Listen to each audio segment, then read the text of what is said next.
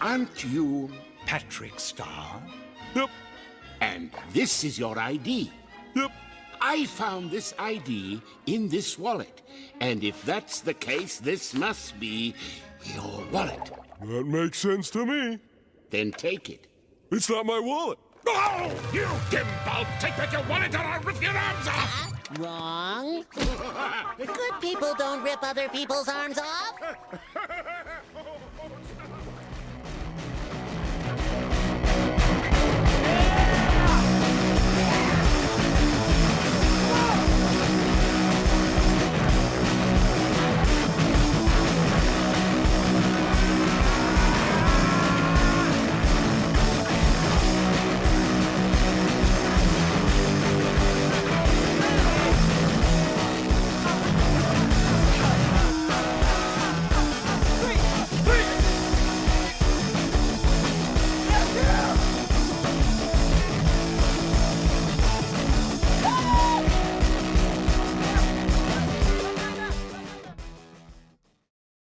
Hello all, welcome back to I Suck at Video Games, and today we are taking a dive into the world of Hi-Fi Rush, a 2023 surprise release by Japanese game studio Tango Gameworks. This was a game that was quietly released onto the Xbox Gamepass platform, and I happened to download it that week and play it, and honestly, I fell in love from the moment I started playing it. I fell in love with this game's mixture of music, smooth gameplay, terrific animation, and stellar voice acting. The concept of this game is pretty unique. This is a rhythm-based action game with platforming elements that depicts our main character Chai in a quest to take down an evil robotics corporation from enacting a sinister plan. The entire game is synced to music, both licensed and original works. Everything from your steps and movement to the cutscenes themselves are all synced down to the beat of the song that is playing. Now, rhythm games are obviously nothing new, but the way Hi-Fi Rush incorporates its music into its art style and gameplay is impeccable. It separates itself from some of its contemporaries such as Beat Saber or Metal Hellsinger.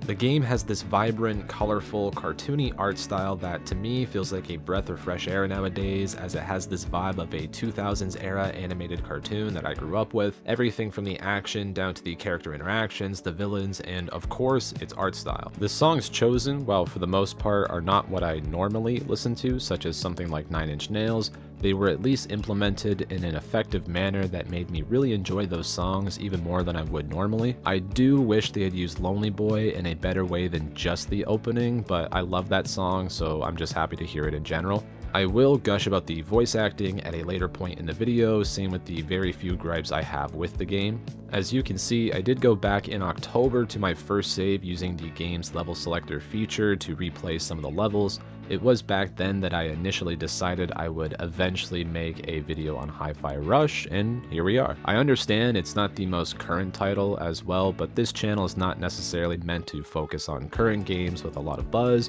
but rather games that I personally really enjoyed, or at least had something to talk about.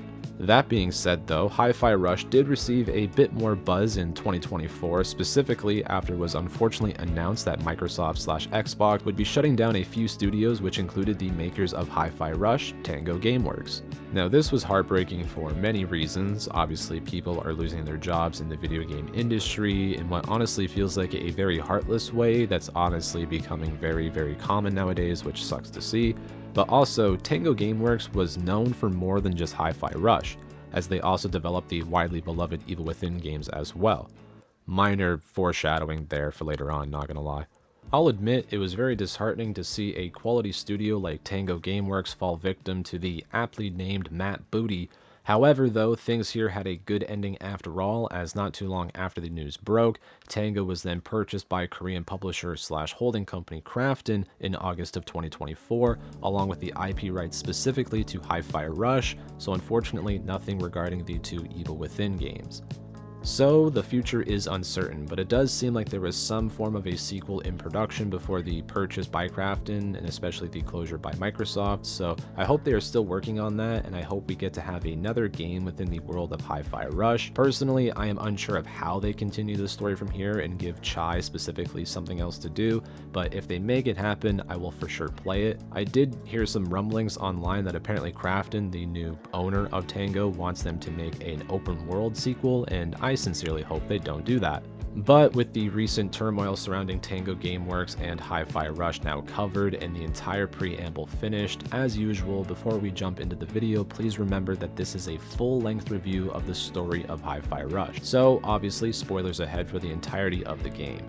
These videos are perfect for creating discussion, so comment down below what you thought of Hi-Fi Rush. If you enjoyed the video, please remember to hit the like button, as it always helps in motivating me to make new content, and also feel free to subscribe as well. We continue to grow with every new video, so again, welcome to the newer viewers, happy to have you along. When this script was originally written, I had about 83 subscribers, and due to the honestly unforeseen success of the Off the Grid video, we are now approaching 200 subscribers, and we currently stand at 154, which is just crazy to me.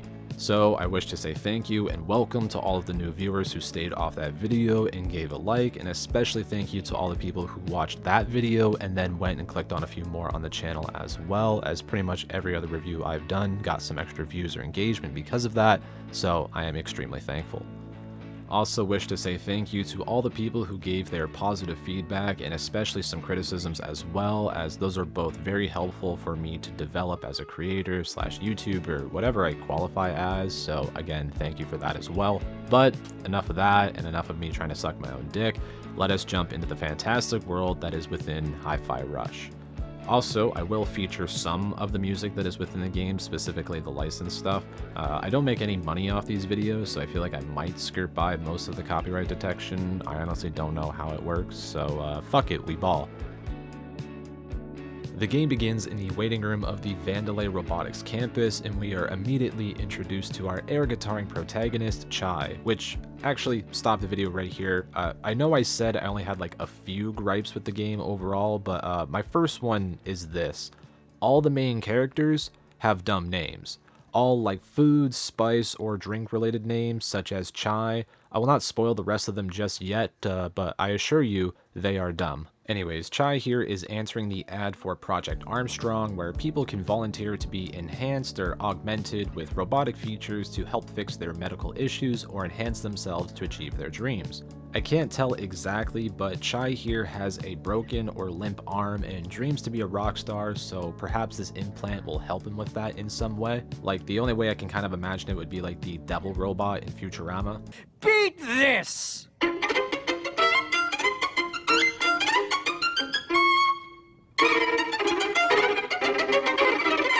Well, we're boned. Early on, you get inundated with the gimmick of this game and its timing of the music as Chai runs along a hallway set to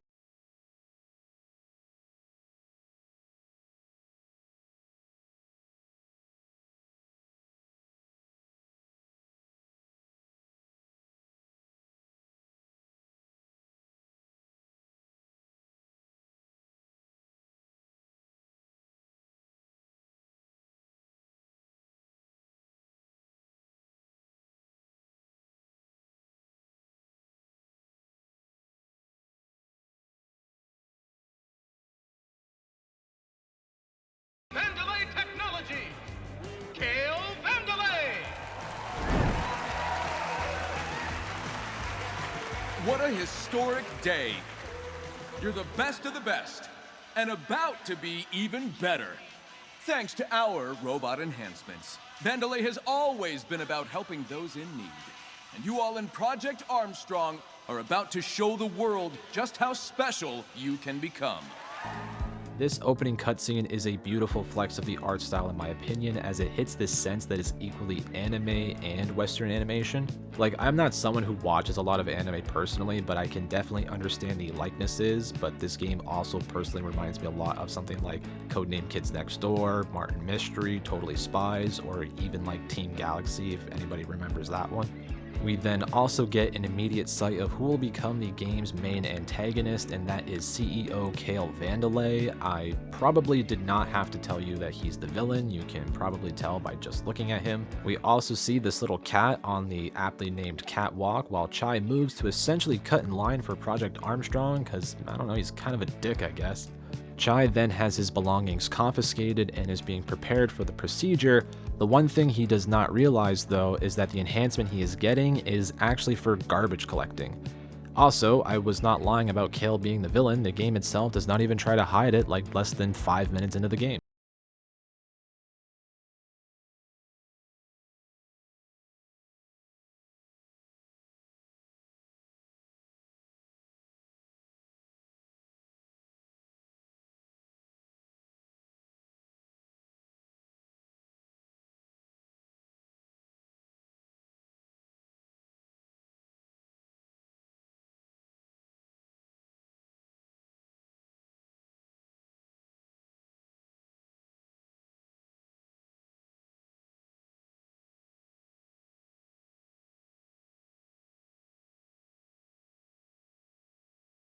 Ready for the procedure where inadvertently Kale sets off the chain of events that will kick off the plot, as the music player will then somehow fall all the way down to where Chai is being, operated on, and it happens to fall right on his chest moments before the procedure begins. So then we cut into the gameplay as alarms begin to blare because something has gone wrong with the procedure. Chai gets himself a rude awakening, and once recovered checks out his bitchin' new robotic arm, and now the game can begin. An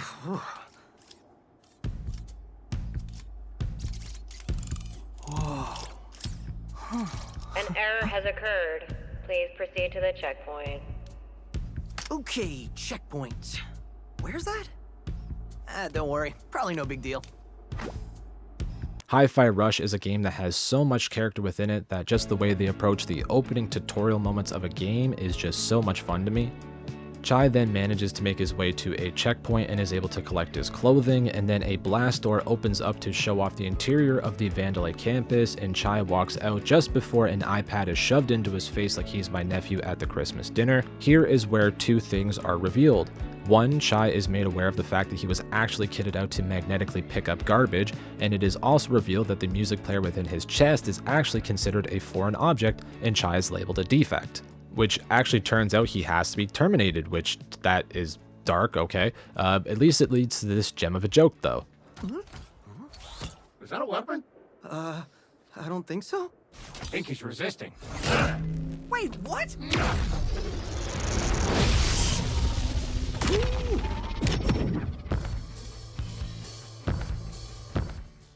The Saberbots turn off their body cams because it's time for the combat tutorial as they attack Chai with a vicious body blow, but that's when his magnetic waist grabber thing begins working as intended, and it groups together a bunch of scrap into the shape of an Epiphone flying V. The playing field is even now, and here is the tutorial. I gotta say, the combat is pretty damn amazing in Hi-Fi Rush in my opinion. The whole goal is to time your offense to be on beat with the music for damage and score bonuses, and it is just a blast in my opinion. It does take a little getting used to at first, but once you do, it gets so damn satisfying to get good at. The more abilities and combos you unlock and apply as the game progresses makes the combat better as well and makes it feel fresh as you go along. For those players like myself that struggle with certain moments of combat and need some assistance, they can press a button to display a timing guide that will help you stay on beat. After each combat section, there will be a score displayed as the player is scored on things like just timing, meaning how well you stayed on beat during the combat, and also your clearing time, which is obvious as it scores you on how fast you complete each combat section. You will notice in my gameplay that the just timing score will rarely ever get above C. I also just play it on the base normal difficulty, and if you have any complaints about said gameplay, I will please advise you to check the name of the channel. After doing so, I wish you a very good day. Anyways, Chai tries to put together what has happened so far as he finally gets a moment to inspect his body and what's going on around him. The music player in his chest is what's making everything sync up with the beat, and this then bleeds into the game's actual tutorial sequence, which takes place on a stage within Chai's head. It's well done in my opinion because it's in the theme of the game, because after all, in Chai's head, he is a rock star. Now that the combat tutorial is complete, Chai moves forward where we will discover that even the entire world around Chai is bouncing to the beat. We also get the first glimpse of the first major boss under the Vandalay Corporation in the head of production, Rekka, who has this massive pro wrestling aesthetic to them. As you are moving around within the game, you'll see a million crates around you, and I recommend you smash these crates as it actually drops the gears that are your form of currency for purchasing cosmetics and adding new moves to your repertoire as well. Chai then finds a group of saber bots surrounding the cat we saw earlier following around Kale, and the bots are unsure of what to do, but they do know that they have to deal with the defect, so time for another combat section. After dealing with them though, we hear a voice from across the way and it's an unknown figure offering a hand to Chai. Chai must then platform his way across to meet this helpful person. The platforming is pretty good for the most part in my opinion, but sometimes the placement feels off to me, but that's probably just based on my bad skill at platforming sometimes. So, a bit of a ruse here. The person is not actually there, but the cat is still there. We figure out the cat's name is 808, and that the creator of 808 sees a potential partnership with Chai that would benefit both of them. Chai attempts to brush them off, but when he touches 808, they have this like synchronization moment, and the person on the other end loses control of their cat orbital ball thing. I don't know what the fuck it is. This then gives Chai the ability for what's known as a beat hit, a type of bonus for his attacks that is with the help of 808. Basically, you attack on rhythm, your attacks do extra damage, and you get a better score because of it. 808's color also flashes on the beat of the song that's playing as a secondary type of guide for the player to time their attacks and even their dodges.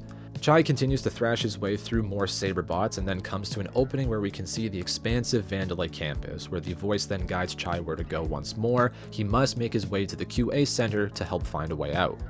Here is where the game starts to let more of its world building and character out, as when Chai is navigating around the levels, there are other text-based collectibles that give funny insight into the world of these robots working within the Vandalay campus, and you can listen in on a number of their conversations as well.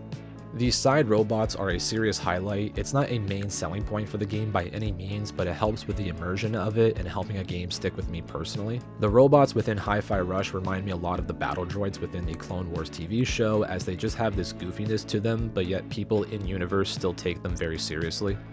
Yep, this is about the worst job in the droid army.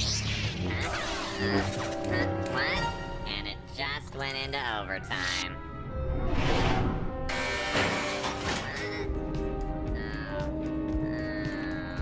Moving forward towards the QA Center, we get the first of many additions to the base of enemies within the game.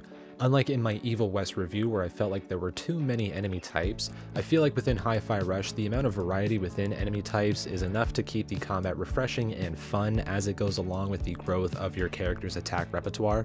Later on in the level, we get the introduction of the first form of a heavy enemy, which requires you to break their stun gauge in order to damage them, and honestly, the fact that they take more hits to take down makes it more fun because combo building in this game is a blast with the music going. Chai then continues to press forward through the QA Center, and if you're playing as me, you decided to fuck with the Oscar Wilde bot that's there, but then afterwards there's a slight surprise. See, just like I thought. It's fine. You need to relax. Introducing the head of production, Rico! Oh no. Hell!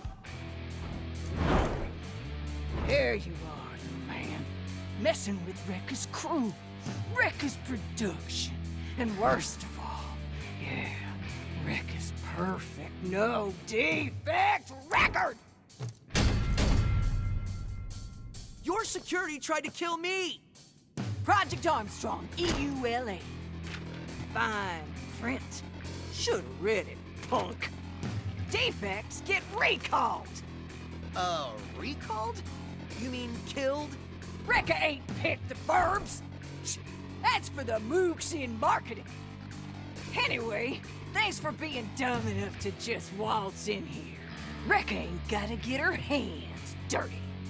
I told you. Welcome to the Project Armstrong defect check, honey. And our QA's the best in the business. Help! Whoa!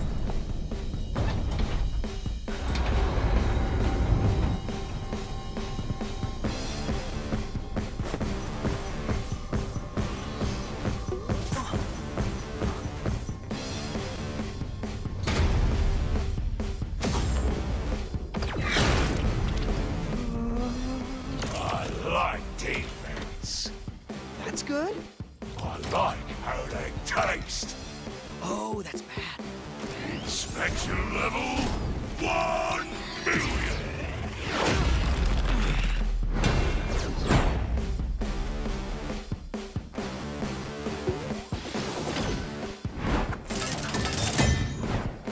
rock.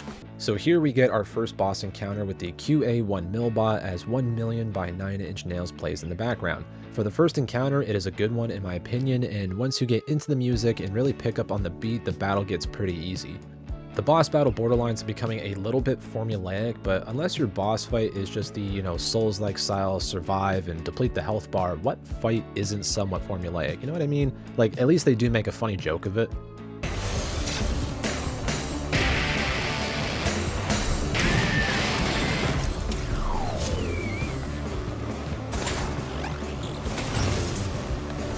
Does that literally say weak point on his forehead? By design, speaks for itself. The fight itself is a good starting point, as in my opinion all of the boss encounters get better from here on out in their own separate ways. I also do love the artwork that gets displayed when you knock out each boss. You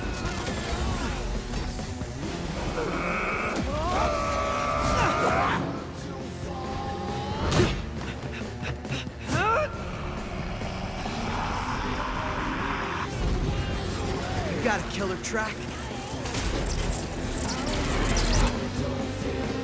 But every song's gotta end.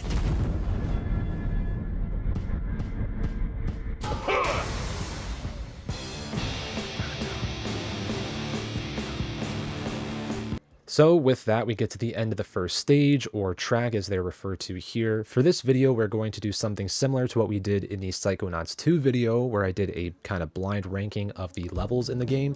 In this video, we'll be doing the same with the tracks/levels, but also the bosses themselves. Thus, we are going to collectively kick off both rankings here by placing track 1, titled A Fresh Start, at the 11th spot on the list. This was a fantastic tutorial level and really got me hooked in my first playthrough of the game, but with that being said, it is just the opener. Things only get bigger and better from here in my opinion, so it has to go towards the bottom of the list, but by no means is it a bad level. As for the QA1 Millbot, he's going to be our lowest ranked boss since he is the first boss and has the least amount of character within him because he is just a robot, and as the game progresses, the bosses just have a lot more character and a lot more intrigue within them.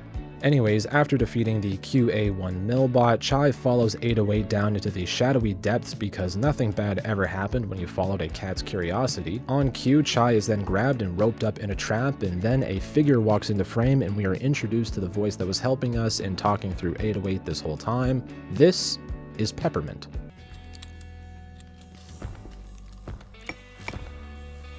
So that's where the magic happens, huh?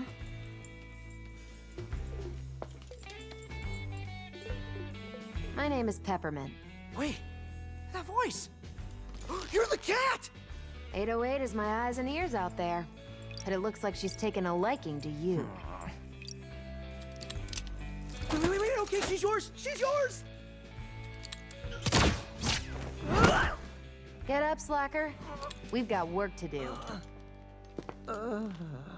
Peppermint has been seemingly fighting against Kayla and the Vandalay Corp for a while and has been wise to their schemes, and also alludes to the idea that Project Armstrong is not all that it seems to be.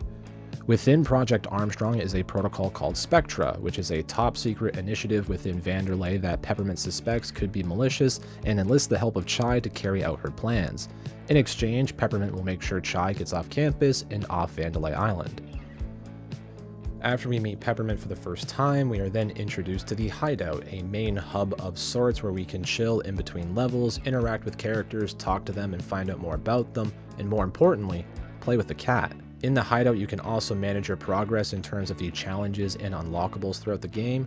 There is a mural on the back wall that will slowly fill in with the different challenges you complete during the levels as well.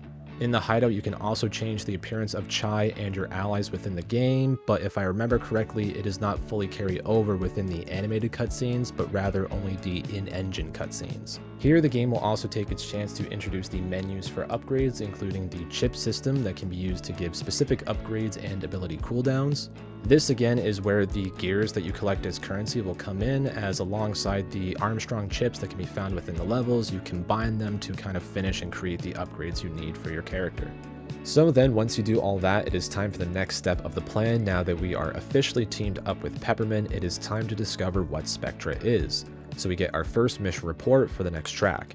The goal for this mission is to head back into the campus to fight our way into the production head's office to gain some intel on the Spectra program. So this will mean that we will end up fighting our first of the Vandalay bosses, and that is Rekka.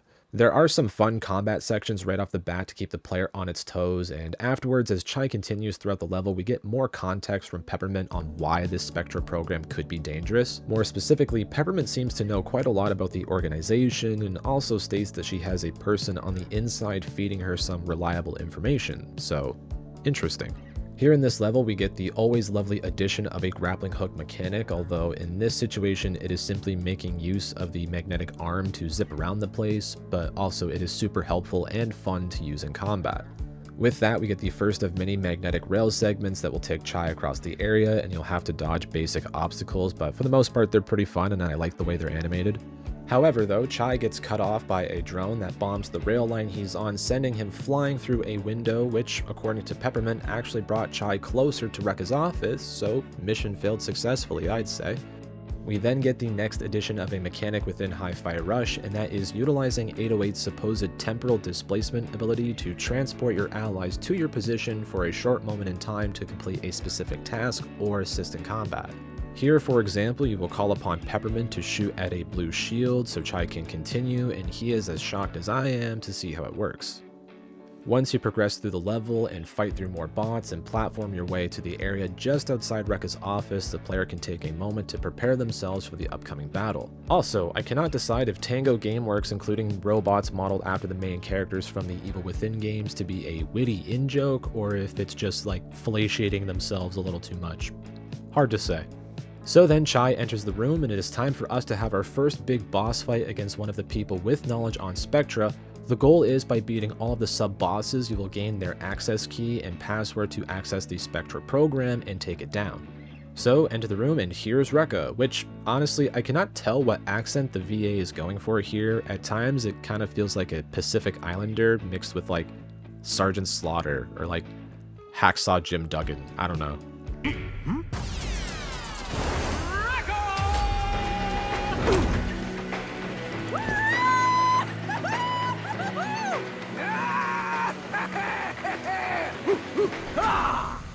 You want to be successful?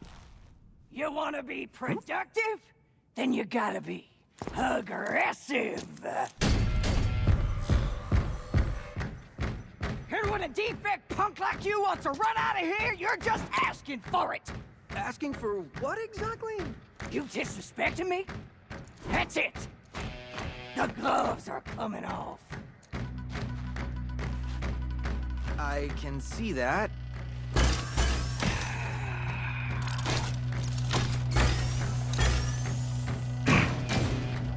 What was your plan for this, Peppermint? I don't know. Fight? You're paying me double for this. But I'm not paying you anything. Hey! I'm the main show here! So let's get ready to crumble. Woo! Come on!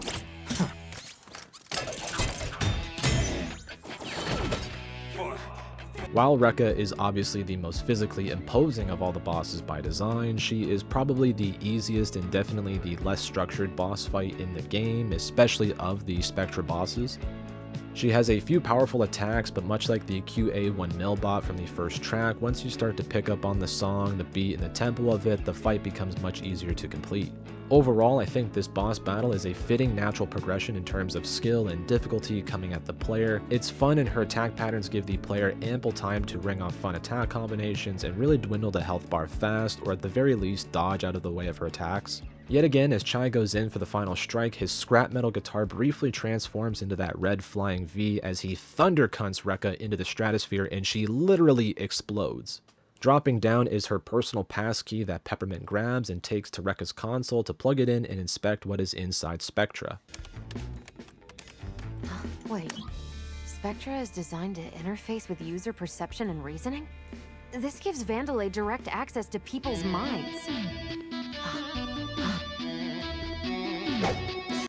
That's right, so the idea behind Spectra is to secretly allow Vandalay to assert control over the minds of people who are outfitted with their Project Armstrong robotic parts, much like Chai here. While Chai and Peppermint are standing at the console, we see a red light start to blink, and Peppermint gets annoyed by it, tells Chai to deal with it, he clicks it, and then we see a video call pop up on a giant monitor in front of us. So here we get a first taste of an interaction with the heads of Vandalay. What in the hell am I looking at?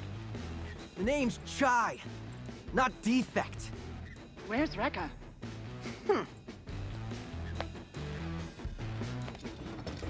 Oh, haven't you heard? I better start looking for a new production head. Is this some sort of joke? Oh, now this is a juicy meeting. Do you want me to reschedule this? Zanzo, I think you're muted, honey. Oh, I was going to say... Corsica, get your people to production right away. Oh, yes, sir.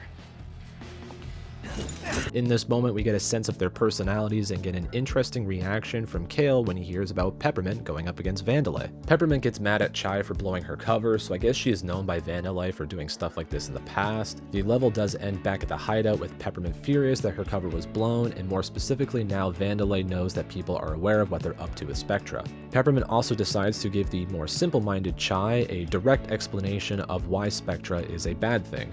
Hey! Whoa, what are you... It syncs with Project Armstrong interfaces. Try it on yourself. This isn't Armstrong tech. I got smudges on my arm. It's not coming off. And with just a simple command... Don't you think that you were right all this time and I'm a stubborn loser? Also, Peppermint is way cooler than me. Yo, what the... Still doubting? But you made me say that. Couldn't Vandalay have designed this for, you know, research or something? Only you wouldn't find this suspicious. The point is, they can, and I need to stop that. Well, I wish you good luck. Chai.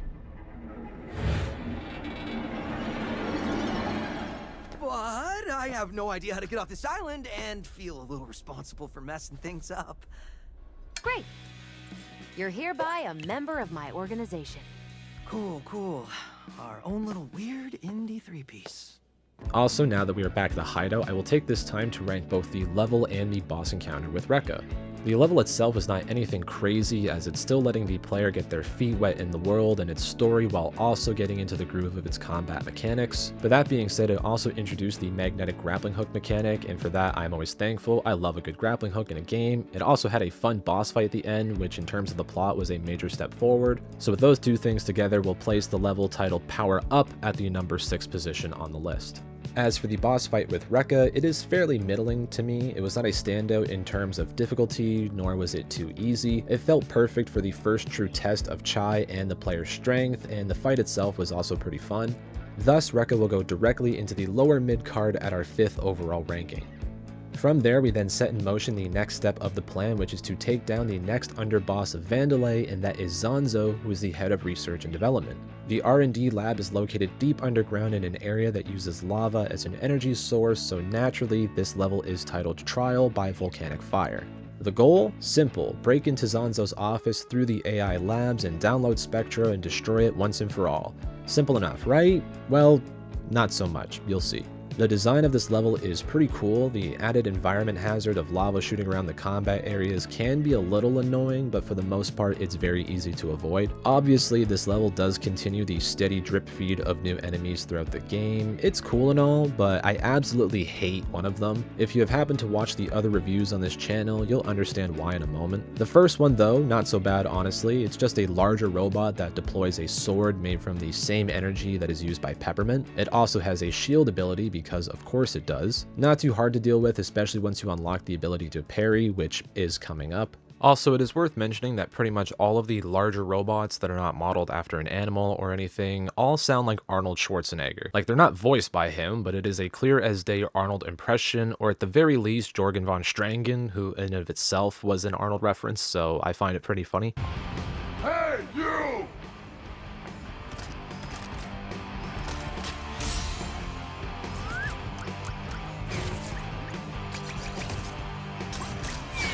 You'll not bother my crew! The next addition to the array of enemies that are deployed by Vandelay includes this two-wheeled asshole called the Centaur. Like the Enabler in Psychonauts 2 and the Hive Crone in Evil West, this robot's main purpose is to deploy a shield umbrella that protects all of the enemies within the field. Like the Enabler, when it's providing its protective ability, the robot is highly evasive and will try to avoid as many strikes as possible. Once you beat them and progress your way through the level, you come to the pathway leading to the R&D building, where an intercom conversation between Roquefort and Zanzo is displayed. Here we get a demonstration of one of Zanzo's interesting quirks, and that is his financial carelessness when it comes to the budget of Vandelay, so keep that in mind going forward. When entering the R&D building, we discover that the AI labs are undergoing a security test of some sort, and Chai is not allowed in there according to the Lucille bot at the front desk. However, though, she also does not want to hear Chai's complaining, so she sends him along to the lab area to complain to them instead. That's when we find out that they were actually expecting Chai all along, and he is actually the test subject for the security test. Chai gets locked into this lab area of sorts, and Zanzo is monitoring him through a camera system to watch him during the security test, and then something interesting happens. Someone is messing with their feeds and scrambling the image, and it's not Peppermint this time, so some intrigue there. Zanzo then deploys the security lasers, and here we get the tutorial for the parry mechanic. These lasers will be the start of it, but then you can use the parry for the other enemies in the game, of course. What this will also do is get the player familiar with the mini-game associated with these parry segments, because some of the bigger robot enemies you'll face throughout the game all have this final ultimate move where they will create a rhythm sequence, and it's simply like a memory game. You just have to block it back and repeat the sequence back. Oh yeah, and if I've not mentioned it already, all of these robots, or most of them, are supposed to have a practical use, and they're not specifically made for combat. Later on, you'll see what I mean. It's actually kind of funny. After the security test, Chai has to continue his way through the R&D building to try and confront Zanzo. That's when Peppermint reveals some interesting exposition that Zanzo really does not scream Vandelay, as he is not their usual type of hire. He was actually put in place as the head of R&D once Cale Vandelay took over the company from his ailing mother, Roxanne Vandelay. Remember that name. You then enter the lab, and it's time for your first official face-off with Zanzo. So this was our pesky test subject. Mr. Chai, was it? That's Mr. Chai to you. That's what I just called you. Okay then. I am Zanzo. Yeah, I know. Zanzo, head of R&D. Look, dude, I'm not gonna serenade you. They call you a defect, but I find your enhancements enticing. I must learn more about it. We've tested enough, don't you think? I saw your reflexes, but how about your endurance? Let's give it a go, go, go! Yeah, I'm told this guy is a huge JoJo reference apparently, but personally I've never watched the anime, and I cannot tell if it's a huge meme or not, but people seem to like him. You smash through the first batch of enemies he throws at you, and then he unveils his newest invention. This thing is a giant missile launching robot that is equipped with what he calls Z-shielding, and I'll tell you right now, you can do fuck all to this thing. Not even calling him Peppermint will help. You can't crack it, neither can she. Obviously, this is one of the robots that's built for combat. I don't know what practical use missiles have outside of, blowing shit up. Chai soon realizes that fighting with the bot is pointless, and it's time to take a different approach. What are you doing? I'm gonna reason with it. It's a bold strategy, Cotton. Let's see if it pays off for him. Look, man, I think we have more in common than we do apart. How about...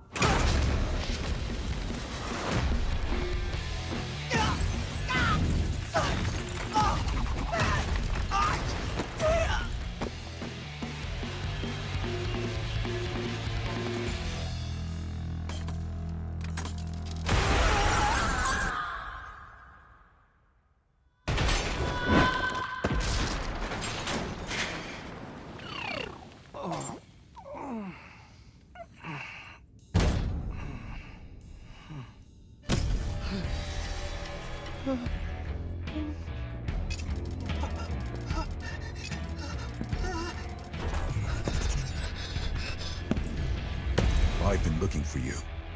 Holy crap! And And in classic cartoon fashion, there is the cutoff, as this signifies the end of the level. All of the levels in this game are fun to me, but this one is still going towards the bottom of our list here, simply by virtue of me liking other levels more. Also, I will say that nothing happens in the level until the very end in terms of progressing the story. It's more so just showing off the zaniness of Zanzo and also adding in more enemy types and combat mechanics as well, so for that I'm going to rate it lowly, going to put it right in at the 8th position. So back to the story, here we are introduced to two new characters that will be joining our team going forward. We are introduced to Macaron and his trusty psych robot Cinnamon. Yep, like I said earlier, almost all of the names in this game are admittedly silly, some of them like Cinnamon borderline on stripper quality, but not like Miami or Montreal stripper, I'm talking like small Midwestern town stripper. It is then revealed that Macaron was the man on the inside that was A, feeding Peppermint some information that led to the whole Spectra missions in the first place, and also hacking into Zanzo's security feed earlier during the security test. He has this vendetta against Zanzo, and rightfully so. As I mentioned before, Zanzo was only put in place when Kale took over. Macaron here was the man that Zanzo replaced, so valid stance from Macaron there, I'd say. Yeah, unfortunately, despite Macaron here being bigger than some of the robots you fight in the game, he is unfortunately quite passive and afraid of conflict, but he can supply us with a very big advantage against Zanzo. It's kind of contrived, but the wall he punches here in the cutscene has that Z shielding within it, and it's the same type of shielding that was on that robot that just sent us into the Shadow Realm, so eventually this will lead into the ability to call in Macaron for his own type of environmental summon, where he will punch a hole in the wall or punch a boulder like he's Chris Redfield and help Chai advance. Obviously, in addition to that, he could be called in for combat, and speaking of that, he can obviously help with that bitch-ass robot with the Z shielding, so naturally we move on to the next level, which is called Less Budget, More Problems. The mission here is simple. We must work our way back to the R&D labs and make sure we go into the AI labs to go and destroy the Spectra files and defeat Zanzo as well. Chai makes his way back, and it's time for the rematch against that son of a bitch with the Z shielding, and once you call in Macaron, you will tear that thing apart. Chai then arrives to the R&D building and goes to the AI labs, but finds it's locked and not in like a breakable wall fashion that Macaron can deal with, so Peppermint tells Chai to find another way around, but he decides that the AR labs is close enough, right? So he heads upstairs and thinks it's going to be no big deal. This turns out to be the wrong choice, however, as now Chai will be subject to various waves of enemies created by Zanzo's ultra-realistic and expensive augmented reality technology. This is the informal boss fight against Zanzo, as eventually after damaging the AR room, it will force Zanzo to increase the attack and more importantly the expense of it, and the game pops up his health bar of sorts, but it's actually the amount of budget he has left. At first, in my first playthrough, I thought this was kind of silly, but the more I thought about it, the more it made sense that this eccentric character like Zanzo would be defeated in an unorthodox manner, and I feel like this follows suit. The way it is handled is quite humorous to me, and I dig it for the most part, but Zanzo's humor does wear thin eventually, in my opinion. The magnum fucking opus, though, of Zanzo's work here is when he forces his programmer lackey to display him as a giant inside the volcano with smaller volcanoes around him and totally points at his own dick here. Chai then destroys the AR labs and then moves on to find Zanzo himself and prepares to throw down, but of course, Zanzo has to monologue. I've wrecked everything you threw at me. Maybe you need a crash course in better design. Ha! Well, while you've been dealing with my distractions, I've been working on a pet project. Something with unrestricted creative freedom! A mixture of spectacle and quality.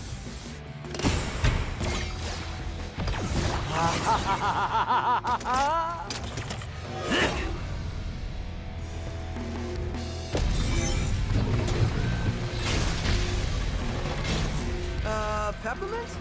How's that budget looking? It's almost gone. My masterpiece! Now everyone will see that I am... Defunded?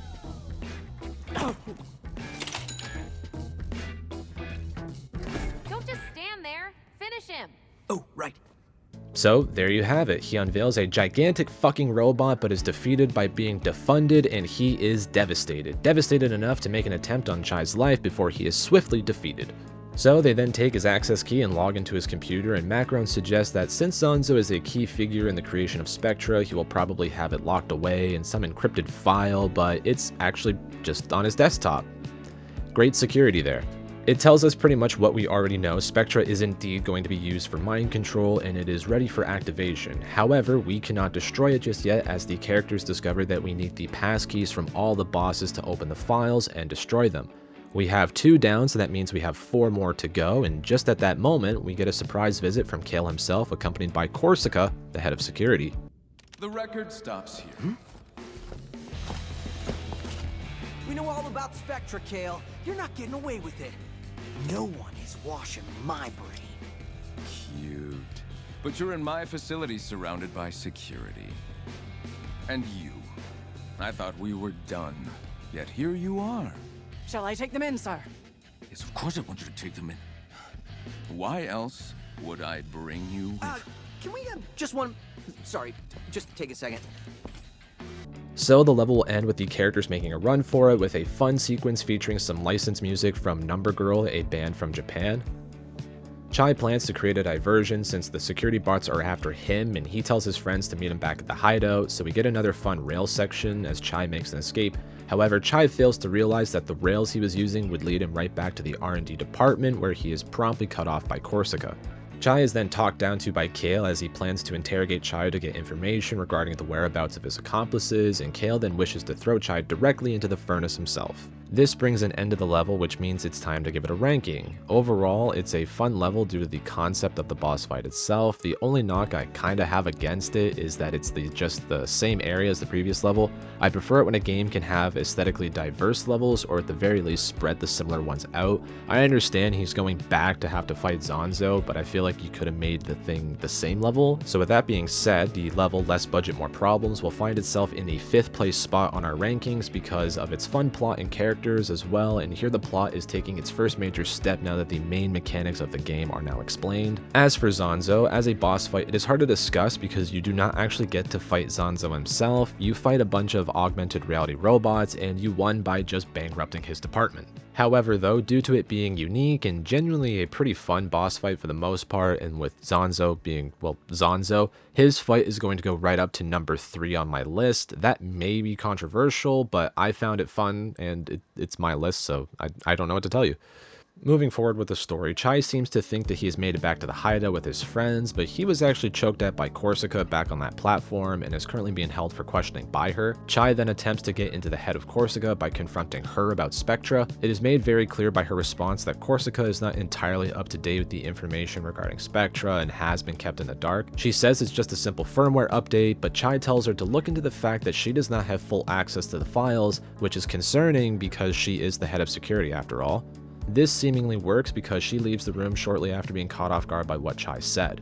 Eventually, 808 breaks into the room and finds Chai and frees him while also reuniting him with his weapon. As in the previous level, Kale kicked it off the platform into the lava, but 808 saved it. This next level is a platforming heavy level. I would argue it is the most platformy throughout the game, if that makes sense. In this level, Chai progresses towards the office of Corsica to try and see if she took the bait to look into Spectra. You will hear her come on over the intercom and state that she wants other people to handle certain issues while she attends to some business. She's invested into some really heavy reading at the moment. This level is admittedly one of my least favorites because, again, not much happens as this mission is centered around reconnecting security nodes just to power up an elevator, which will take Chai to what is called a lift, which is basically a tram, which will then take him to Corsica's office. However though, this level is pretty fun because the game takes this chance to introduce some new bigger enemies, and they are some welcomed additions like this samurai robot right here.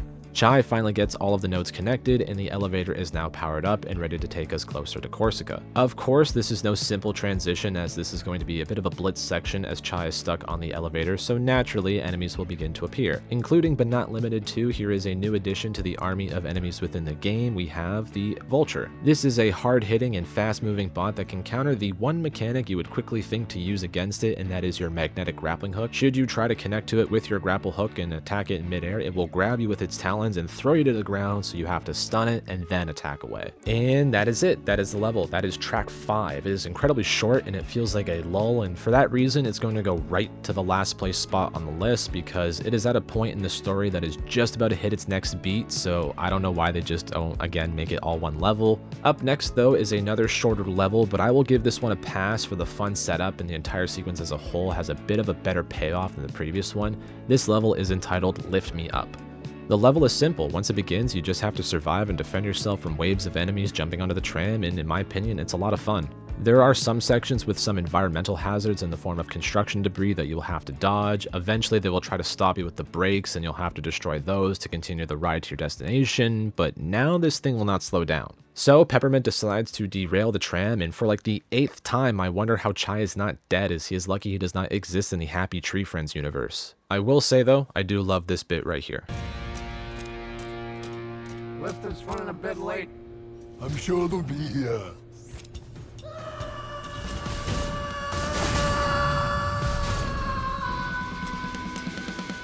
Huh. Once Chai finds his bearings, he continues on his path to Corsica's office, where we hear that she needs some time to sift through all that documentation she's looking at. Like I said before, some real heavy reading. We get Macron to break open the final wall before Corsica's office when it cuts into the mission report for the next section, and it's simple. Go up. Okay, it's not that simple, to be honest. Like every other time I've said simple enough. It's not that simple. You have to fight and platform your way up to the office, of course, and the platforming here does a number of perspective shifts, which is fun. Later on, your companions also reveal to you that you cannot defeat Corsica in the traditional manner. You cannot just fight her and get her passkey into Spectra like we have with Zanzo and Rekka. She does not have any of the Vandalay tech on her body, and they want Chai to try to turn her to their side. As we approach the end of the level, Peppermint and Macron tried to hack into the computer and mirror it to see what Corsica was doing in her office, and while it only worked for a short period of time, they were able to see that she forced her way into the Spectra files and found the ones on mind control. Turning her may be easier than we expected. Important. All you need is to subtly...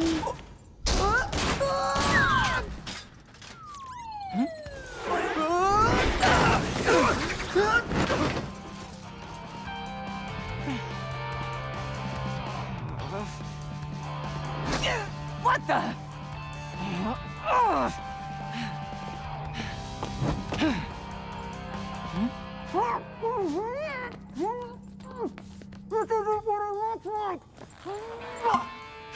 This isn't what it looks like. Enough!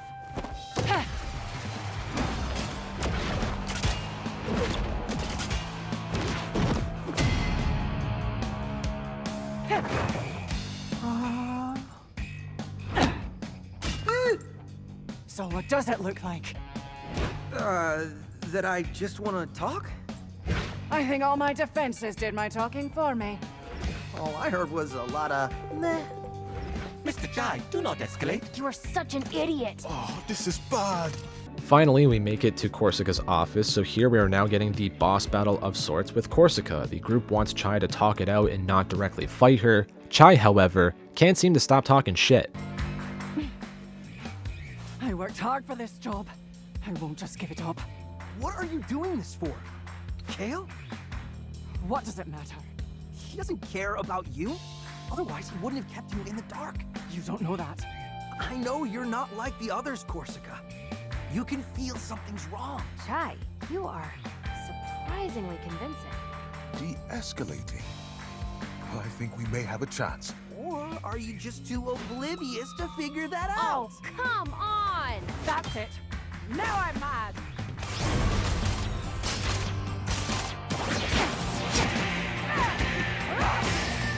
So the boss fight is simple in scope. However though, if you struggled with the rhythm parry sequences, prepare your asshole because Corsica is going to penetrate you, no KY. You cannot strike Corsica, your goal is to parry and eventually dodge the attacks to frustrate Corsica, and as you successfully dodge or parry each sequence, her health bar will drop. Overall, I did not mind this fight initially, but for some reason I really struggled with it here in my second go around. Even playing with headphones on, I still struggled on picking up on the beat times, more so when the dodges got added in, as that's when it really started fucking up. I know that I mentioned earlier that with the robot rhythm parry sequences you can mess up and still get the animation that you defeated the robot, but here understandably it is a little less forgiving. You defeat Corsica and catch her, but now it's time to get the hell out of Dodge, bringing Corsica with you. Somehow in this moment, Corsica does not wind up with CTE thanks to Chai, but we manage to make it to her personal lift to try and get the hell out of there. So that brings the 7th level or track to an end, and now we get to add another level and boss fight to our rankings. The climb is not very long, and it's filled to the brim with combat, but that being said, it feels a little longer than it needs to be, and also the fight with Corsica leaves a lot to be desired, honestly. So for the level, it's going to fall into the 10th position, and as far as Corsica's fight is concerned, it will sit in the middle of the pack at the 4th spot, as it's not what I would have wanted the fight to be, but I like Corsica as a character and was happy to have her switch sides. Corsica herself, like every other character in this game, is incredibly well voice acted, so the interactions between her and Chai are entertaining throughout the fight as well. At the end of the level, I love the misunderstanding of Kale's plan so far from Chai. The reveal of it is pretty good. What? I won't let you build an army of mindless Vandalay soldiers. What are you talking about? That's not my plan. Just drop it, Kale. We're coming after you. Actually, it's funny because, see, I'm coming after you. Literally. Huh?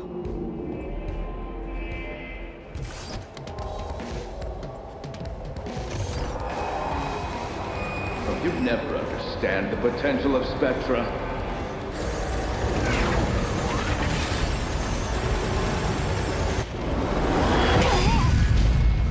What's the endgame? I'm securing our future. Please, even you can figure that out. By controlling the consumers. It's not control, I'm freeing them. That's not how I see it. I don't need to explain myself to a defect. All you do is hit things with a guitar. But I'm really good at it. Ugh, I'm over this. You're not getting in my way any longer, kid. Forget the password, Chai. Get out of there. What? No! Not after all this! Oh, and for you, Corsica, you're fired. Corsica, watch out! Chai!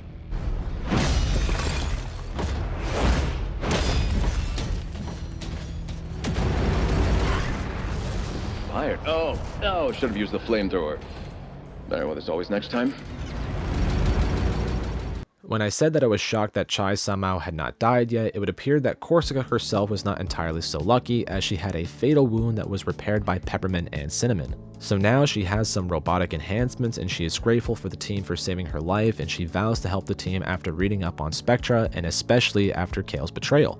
So now that Corsica is with the team, we are set to make our next move forward. Secrecy is key here, as the higher-ups at Vandalay are currently under the impression that Chai is dead after Kale took out the lift. Corsica and the team decide that the next mark should be Mimosa, the head of marketing for Vandalay and one of the bosses closest to Kale. Mimosa is currently preparing for a big pop performance that she is putting on for the Project Armstrong Festival, so to avoid security, Chai is being sent through the Vandalay Museum, which will serve as a back route entrance to the dressing room area to confront Mimosa. This next level is a personal favorite of mine because I really like the setting of it within the museum, and the level itself also gives a lot more exposition on the world and the history of Kale's rise to the top of Vandalay, at least done from a corporate perspective, if you will. Early on, we get to see how Corsica will be featured in the platforming and in general traversal of the game through 808. Corsica can use her bow staff to cause a wind tunnel to turn off flames that you see throughout the level, or powering or overpowering generators. Obviously, because Corsica is proficient in dealing with fire and flames, the game will then take this opportunity to introduce a variety of fire-based enemies such as the Blaze, a melee-based attacker that deals out fire damage to Chai, and should that happen, Chai will have his rear lit on fire and it will deplete the health bar pretty fast, so you should put it out. It is here in the museum that we will get to see those aforementioned purposes for the robots that was supposed to have instead of combat, including things like a crossing guard or a hedge trimmer, groundskeeper. I don't know. We are also not done with the flame-based enemies, as next up are these variants on the saber bots, and that is these fire sword wielding motherfuckers, and they can be pretty annoying when they're not the only enemy you have to deal with, if that makes sense. They're hard to make contact with because usually they'll just light you on fire.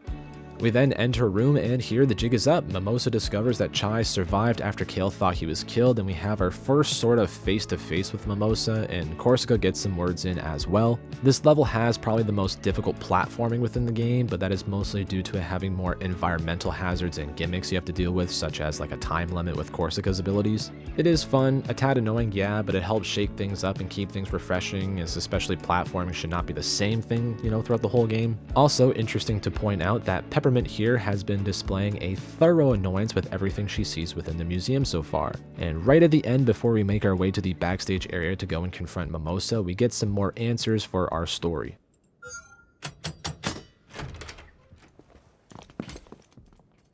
Okay, I think the place is clear. Kale took Vandalay technologies into the next era with his vision for the future. Project Armstrong.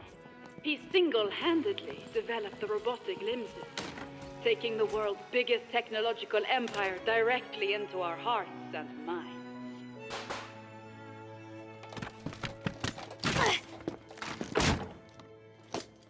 You liar. That's not what happened. Peppermint, take it easy. I feel your pain. The exhibition was not all I hoped for either. She did all the hard work. You stole it. Why do I feel more out of the loop than usual? I wanted to be my own person. I ran away from my family when I shouldn't have. I didn't know it would lead to this. Peppermint, what's wrong? Kale didn't develop all that technology. I know this because this leg, my mom made it for me. Your mom has a competing robotic limb company. No, Chai. My mom is Roxanne Vandalay. What? Which makes Kale my brother. So there is the big reveal. Peppermint is the daughter of Roxanne Vandalay, and that means she is the brother of our main antagonist, Kale Vandalay. This whole time, Peppermint has been on a mission to put a stop to her brother and his plans. She has a lot more emotional stake in this than anyone else, and it makes sense as why she was on this suspicious trail in the first place. So now with that bombshell drop, the level concludes, and with that we will place track 8 entitled A History Lesson right up at the 4th spot because it is a very pivotal level in terms of the story progression. It has some fun enemy additions that incorporate our newest ally, and also just having Corsica on our side is a huge bonus, what can I say? It is both nice and a bit heavy-handed to have pretty much a whole level dedicated to more exposition, but it feels worth it here as the story has progressed long enough to let these types of things marinate. Like, obviously we knew something was up when Chai mentioned Peppermint's name, and Kale immediately took notice of that, so there was something to be explored there. To me, it was not the most surprising thing just because she was cagey about her motivations and knowledge of things, and not to mention they have the same complexion and hair color. Like, yeah, she has blue in her hair, but I'm talking about all of that right there, you know what I mean? The game then wastes no time quickly transitioning into the next level. It is time to confront Mimosa in her change room. Sounds simple enough, right? Well, again, not so much. You enter the dressing room and of course Mimosa is not there. Some PA bots come into the room looking for a backup dancer in costume. Chai has to scramble. The game then goes for an insanely out-of-date reference here with Chai scrambling and being put in a left shark costume. You get the shark costume for like a split second, you get a little 2D segment, and then you arrive on stage and then you confront Mimosa. So here we get, in my opinion, the biggest pain in the ass boss fight in the entire game and easily the most tedious one in Hi-Fi Rush, Mimosa. Mimosa is durable, she hits hard, she can grab you for multiple hits, and the rhythm of her attacks are pretty difficult to pick up on, at least in my opinion. This is a boss fight that you kind of have to cheese to win. You will have to abuse the Peppermint ability where she fires away at the enemy because she can bring down the stun meter quite a bit, so make sure you have the chip that lowers the cooldown timing of her ability. Once you do that, then you can deal some proper damage to her and bring down one of the health bars below. Mimosa will fuck you up though if she gets near you. She has a wide array of attacks and easily the most versatile repertoire for a boss so far. She falls in the middle of the Venn diagram between solidly difficult and annoyingly tedious in my opinion. I will say though, I also think the idea of this fight happening in front of a live audience is awesome because Chai himself wants to be a rock star, future rock star, so he's getting some time to rock on stage, especially in front of a crowd, and I think it's a nice touch. Towards the end of the fight though, there is this funny sequence where the game will switch up into like a Guitar Hero or like Elite Beat Agents type game, and I found it to be really funny. Like, it's just a different form of rhythm game, so it makes sense to have it here, but the movements are the characters are what's funny to me. The last call for Mimosa is a simple rhythm parry sequence to put her down for the count. Bonus points for the sick fucking uppercut and how she just manages to explode somehow.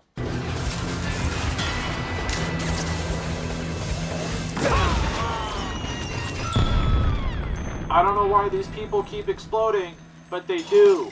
Now with another boss down and another passkey in the hands of the heroes, in addition to some light teasing from Peppermint, Kale is getting more and more frustrated.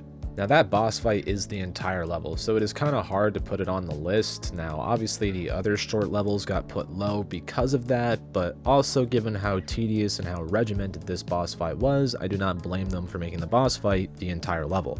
But still, the level itself will go into the 9th place spot. Not only is it short, but the boss fight is not a favorite of mine, so to 9th it goes.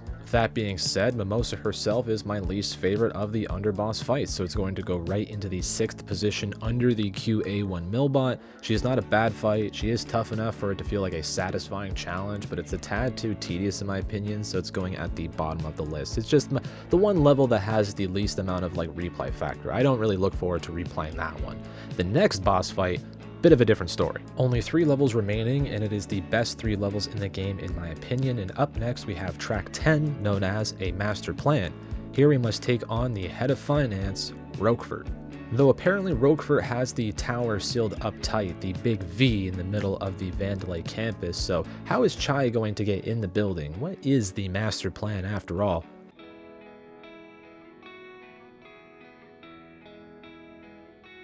A plan. I needed to come up with a plan. Breaking through all of security? Not on our schedule. I needed to get around it. Or in this case, over it. How about next time we shoot you out of a cannon right to where we need to go? Peppermint knew it all along. Those fireworks from the festival had to get launched somehow. Turns out it was from on top of the QA center in production. But now it was time for us to use it, shooting me into Vandalay Tower and right into Roquefort's office. The plan was airtight. The next few minutes are simple. You have to survive waves of enemies while the cannon is hacked and calibrated by Cinnamon. This little blitz is fun and hectic, and it's a test of your abilities before getting closer to the endgame. You have all the core abilities unlocked, and by now you should have experimented with different chips, upgrades, and attacks selected so the game should feel like a breeze, and this little fight gives you a chance to style on some enemies, especially now with all of your allies unlocked. They do also add a fire variation to the vulture robot from before, which can be a pain to fight against, but with the help of Corsica, it's not too bad to deal with. That being said, the cannon is in place, and it's now time to fire. Angled right at Roquefort's office. Only the payload is required. Just call me Payload.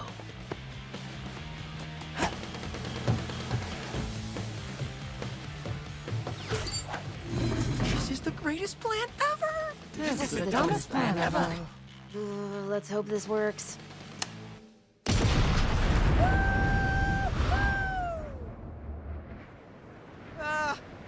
Gang? What's that? Oh my, that was not in my calculations. Good news, he'll still hit the tower. Just not exactly where we planned.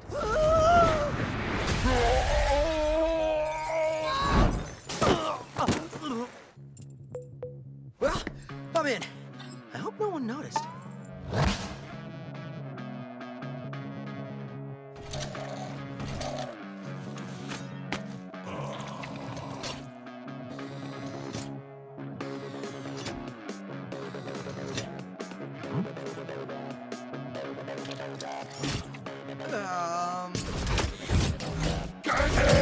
Crap. This right here, for some reason, is one of my favorite non-boss fight sequences in the whole game. This whole robotic cafeteria is absurd to begin with, but it's done in a very funny way, and the best bit is this samurai cook right here.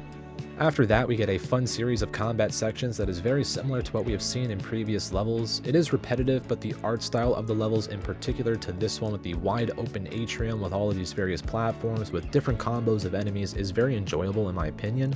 At one point, Macaron punches the head off a giant Kale Vandelay statue, paving our way to the front door of finance, and we are ready to confront Roquefort. Which, if you didn't know, Roquefort is a type of cheese apparently, like a blue cheese. I hate blue cheese. Roquefort opens the door and invites Chai in for a discussion, and from there Chai thinks it will be a breeze. I mean, Roquefort stands about as tall as George Costanza, so I mean, what could go wrong? Corsica, though, does try to caution Chai a little bit since she does know a thing or two about him and has heard some things about, you know, Roquefort being referred to as like a wolf in sheep's clothing or something like that. Probably no big deal. Well, tell me how it feels to underestimate someone.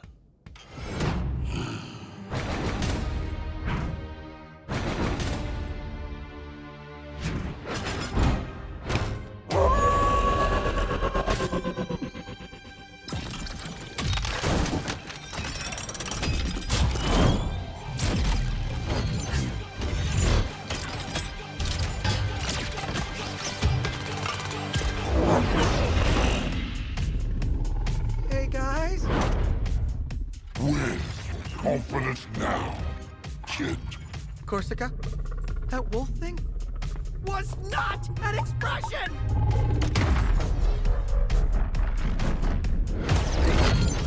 You wanna get to Kale? You gotta get through me. Yeah, so this man turns into a gigantic mechanized wolf, and it is phenomenal, and the choice of Wolfgang Amadeus Mozart for this level is just a terrific choice, just chef's kiss.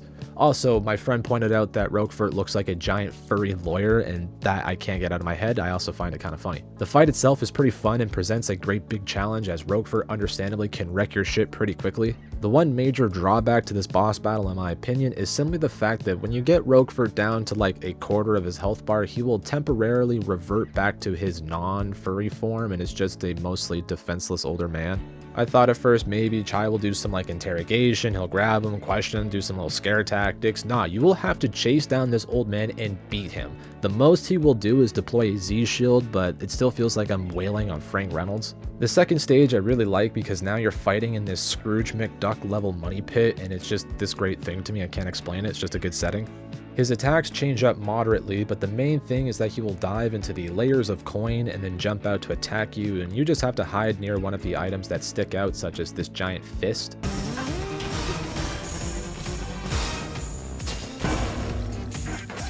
The boss fight as a whole to me is very fun, and a personal highlight to me is the way it finishes up. If you've ever played Uncharted 4, you might find this familiar.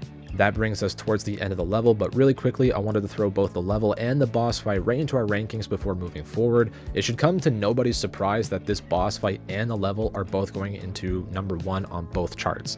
I love the fight with Roquefort. I love the way they make this short-tempered man turn into a literal giant mechanized wolf. It reminds me a lot of Senator Armstrong, and I think that is why I enjoy it as well. The weird sections where you gotta beat the shit out of this little old man is weird, but it did not ruin it entirely for me. To me, this is the level with the most replayability because of the mix of enemies within the combat sections and the entire premise being fun from the start to finish, with Chai really wanting to be fired out of a cannon right down to the boss fight with Roquefort minus the elder abuse. So Roquefort up to number 1, and the master plan also up to number 1. With that out of the way, we will now press on to the penultimate level entitled The Needle Drop. Bong, then he hit Tana. Obviously, before that mission begins, you have your typical "you should make sure you're ready before doing the final mission" conversation with your allies, so take the time to check what chips you have equipped and upgrade what you can. Honestly, I really suggest anything that increases your max health alongside the chips that lower the cooldown of your allies, as it is very helpful in wearing down the stun meters and especially for the upcoming boss fight for Kale. Speaking of which, now let's bust down that door and give Kale this ass-whipping express shipping. Get ready. It's just you and us, Kale. And nothing's gonna come between us.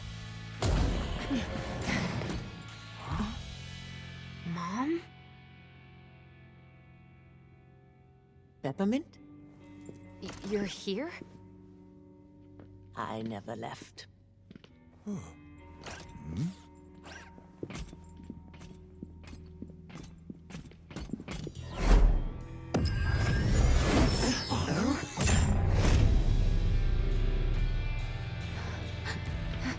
And that's as far as you'll come? Mom, what are you doing? I tried to find you. Kale's here, and there's this... Spectra. I know. I promise to help him, no matter who gets in the way. Roxanne, no, you'd never do something like this. Unless she's being controlled by... Spectra.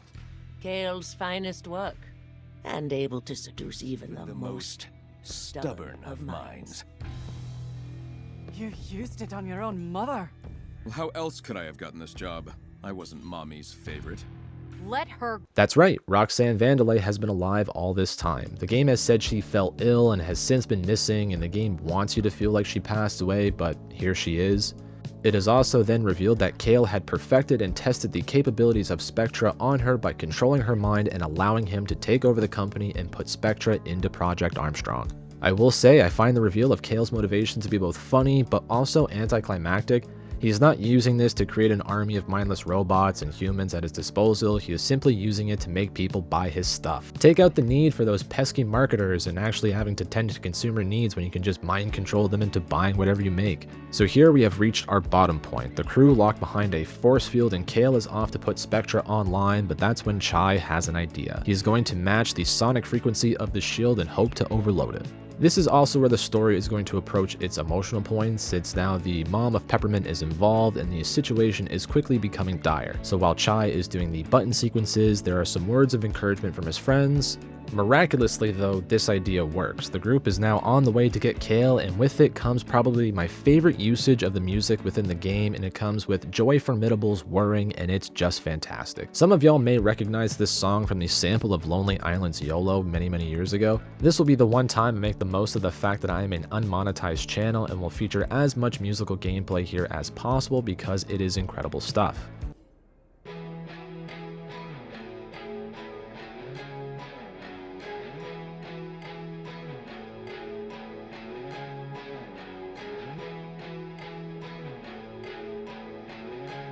Hey, Kale!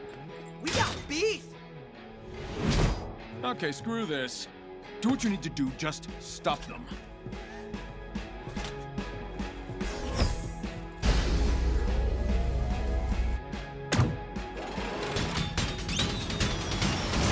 Mission briefing! Team, split up, and let's get this jackass.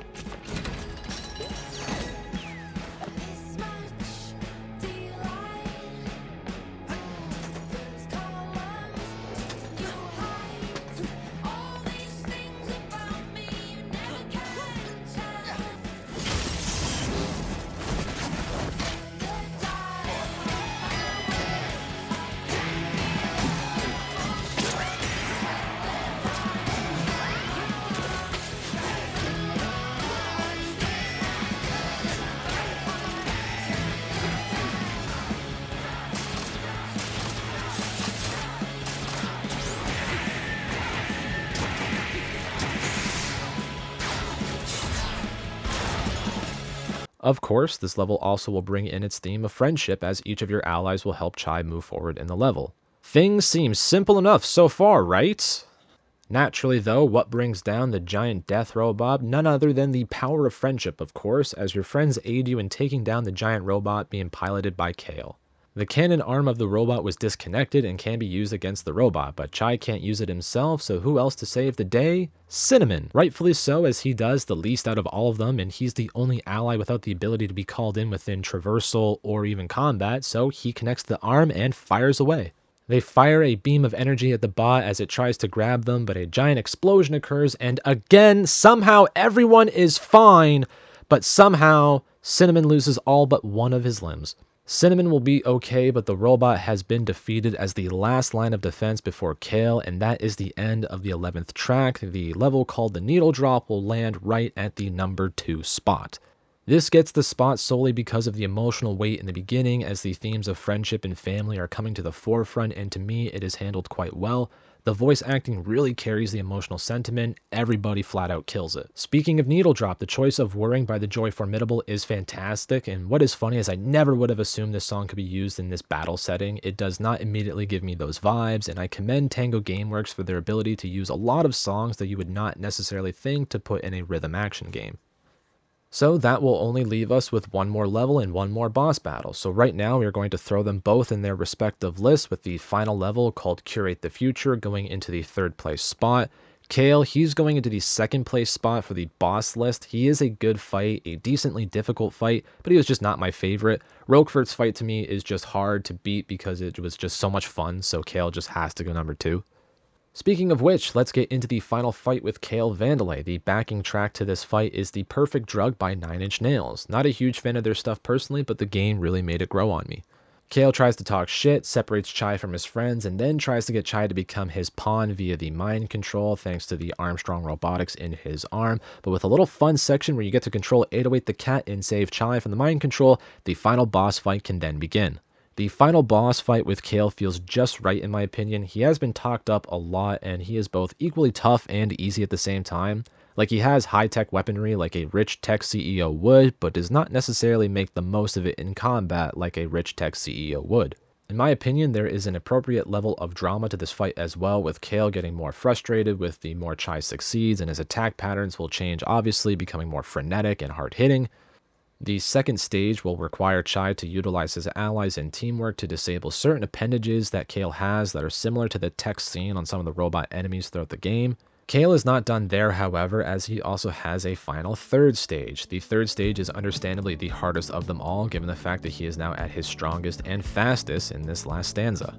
Even once you deplete the health bar for that final time, the game must have its final rhythm section with all of the allies getting their offense in to put Kale down for good. Enough's enough. Give us the password. Never. You're just a bunch of losers. Maybe so, but together we're unstoppable. Chai!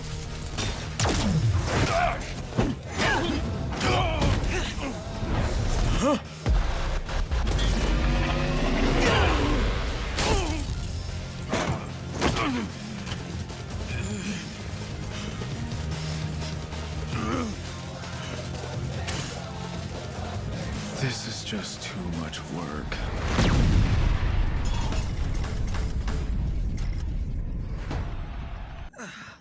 Is that it?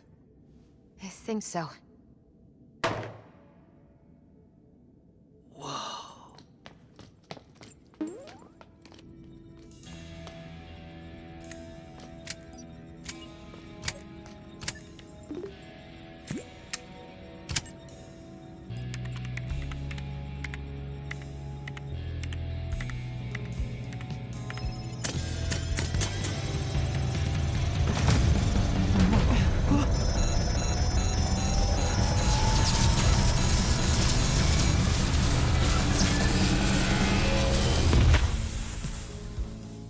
It's over.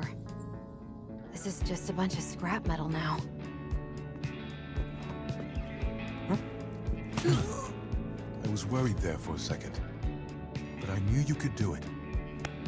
Look who's here.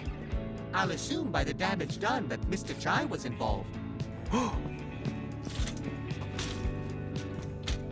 We'll get you fixed in no time, mate. It's done. You did it, Chai. We did it.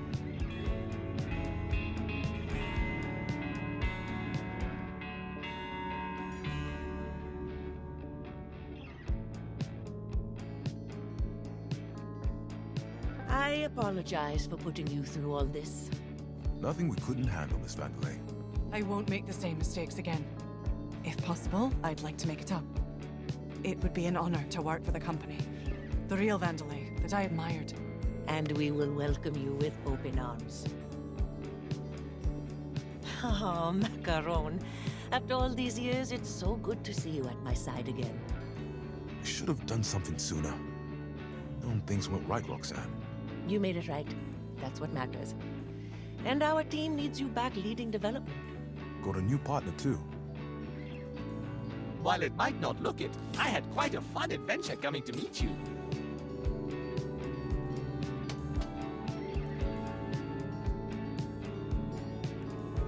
I won't run away this time, Mom. I understand what you always wanted for me. And the company.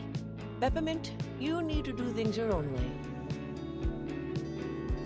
Never change who you are.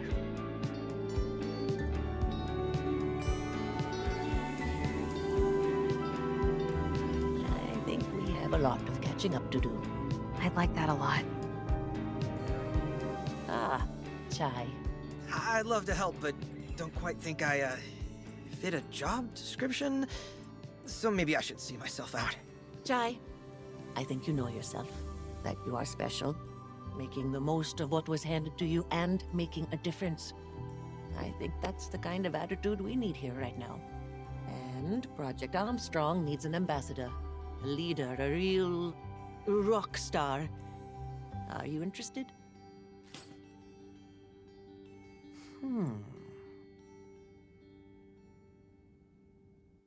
And there you go, that was Hi-Fi Rush, a fantastic fusion of music, animation, and combat. This is a game that delivers more than you could ever expect. It was honestly heartbreaking to hear about the initial closure of Tango Gameworks, but to me, it speaks volumes of the quality of their work here with Hi-Fi Rush that Krafton would go through the trouble of saving this specific IP and Tango themselves. The gameplay is crisp, the animation is near flawless in my opinion. The gameplay gets better the more enemies get added to the game, and I like how the bosses are done creatively and not just progressively harder. They are all difficult in their own right, except for Zanzo. He is straight up just for entertainment factor, and that's okay. I am hopeful the game could get a sequel, but I also think Hi-Fi Rush is a contained success that cannot be replaced or replicated in any way. I am more so happy that the studio got revived and could theoretically create more fantastic original games going forward. Look, I understand the game did not necessarily make a lot of money or perhaps reach the desired download count, but just like how box office numbers are not necessarily indicative of how good a movie is, game sales or downloads are not indicative of a game's quality, and I personally think that is something we should all agree on. One thing I wish to discuss before formally ending the video is the voice acting. The voice acting, we cannot do one of these videos without discussing the voice acting because in this game, it is one of the best things about Hi-Fi Rush. The first person that I wish to mention is Robbie Daymond. He voices the main character Chai, and while at first Chai is written to be annoying and arrogant, he does show that heart of gold later on towards the end, and everything in between is nailed by Daymond as well. I think overall, Chai is a solid character that either grows on you or he does not, and that is up to pure personal opinion. Robbie Daymond himself has over 400 voice credits to his name, and some notable ones that stood out to me were involved with Critical Role, Cyberpunk 2077, and its DLC Phantom Liberty where he voiced River Ward, and lastly, he was also the voice of Spider-Man in the Disney Spider-Man cartoon on Disney XD. Up next is Roger Craig Smith, who killed the role of Cale Vandelay in Hi-Fi Rush, just really nailing this smarmy villain. I love how he was able to be a bit dim-witted at times with what he says, and I think that made for a refreshing take on a villain, and Roger Craig Smith nailed the role really well. Lastly, Erica Lindbeck, who voiced Peppermint, was a personal favorite within the game as well. She nails the emotional beats in this game, and Peppermint is a very integral character to the story, and Lindbeck nails her part as well. She makes the moments feel real and feel impactful when they're about important things like Peppermint's family and why this whole mission is important to her. Some other important roles for Lindbeck include Black Cat in the recent Spider-Man game, Arcane where she voiced Allura. She was also Captain Marvel in Midnight Suns, which is a game I personally really enjoyed. The voice acting here really ties the game together because the gameplay is fun and dynamic and the characters are good for what they are, so the voice acting is just the final piece of the puzzle in my opinion.